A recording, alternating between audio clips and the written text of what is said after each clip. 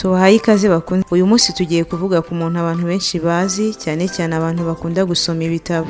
Kimara kuvuga ibi ngibi hari abantu wenda bahise bamumenya. Uwo muntu nta wundi ni Alexis Kagame. Reka tumuvugeho birambuye, ntimucikwe. Alexis Kagame yavutse ku itariki 15 Gicurasi 1912. Avukira ahitwa Ikiyanza mu gace kitwa Uburiza. Ubu ni mu karere ka Rulindo mu ntara y'Amajyaruguru. Icyo gihe hari ku ngoma y'umwami Yuhi Musinga. Alexis Kagame yatangiye amashuri abanza mu 1925. Yatangiriye mu ishuri rya leta mbiri ry'Igatolike hari mu Ruhengeri. Yari afite imyaka 13 y'amavuko. Mu 1929 Alexis Kagame yagiye kwiga mu seminari nto i Kabgayi, aharangiza mu 1933. Akomereza mu seminari nkuru ya Nyakibanda. Alexis Kagame wize ari umuhanga yahawe ubupadiri mu 1941. Abanza gukora mu bwanditsi bw'ikinyamakuru cy'Inyamateka. Amaze imyaka 2 ahawe ubupadiri nibwo yanditse igitabo cyitwa Inganji Kalinga, cyakurikiwe n'ibindi bitabo yanditse bitandukanye birimo Indyohesha Birayi, Umuririmbyi wa Nyiribiremwa ndetse n'Isoko y'Amajyambere n'ibindi bitabo byinshi bitandukanye.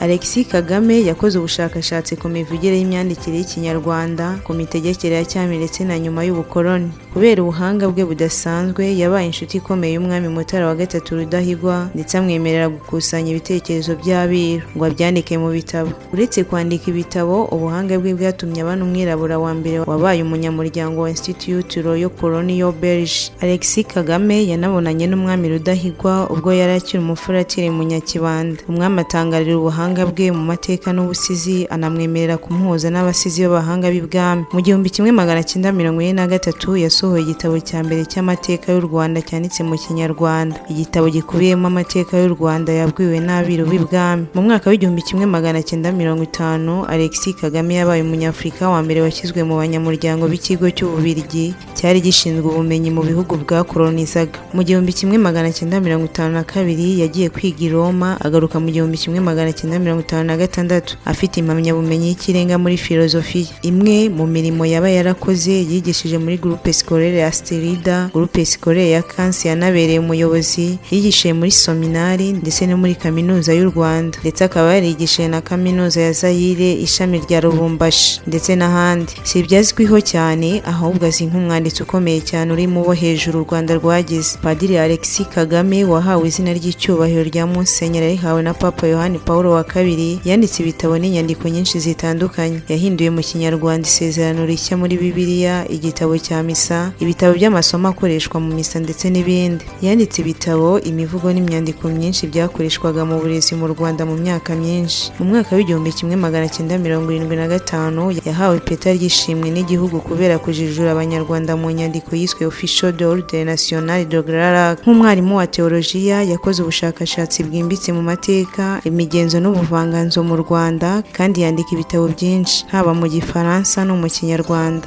Alexis Kagame bari barise Père de Science Historique Rwandaise cyangwa se mateka, yitabye Imana afite imyaka 69 azize indwara y'umutima. Hari ku itariki 2 Ukuboza 1981 mu bitaro by'i Nairobi muri Kenya, aho yari yaragiye kwivuriza. Umurambo we leta yishingiye kuzana mu Rwanda ngo abe ariho ashyingurwa, bamushyingura mu irimbi rya Kabutare mu karere ka Huye. Akomeze aruhukire mu mahoro. Alexis Kagame akiriho yakiriye ibihembo byinshi bitandukanye, ku buryo na nyuma yo kwitaba Imana tariki 3 Ukuboza 2014 yagenewe igihembo n'Inteko Nyarwanda y'Ururimi n'Umuco cyiswe Academy. Icyo gihembo kikaba cyarakiriwe na Diocese ya Butare. Cyari cyashyizweho hagamijwe gushimira abantu bakora ibikorwa by'indashyikirwa mu kubungabunga ubusugire n'iterambere ry'ururimi n'umuco mu Rwanda. Mwakoze kudukurikira, nge mwabanye, tuzabane n'ubutaha. Na Francine Musabye Marie.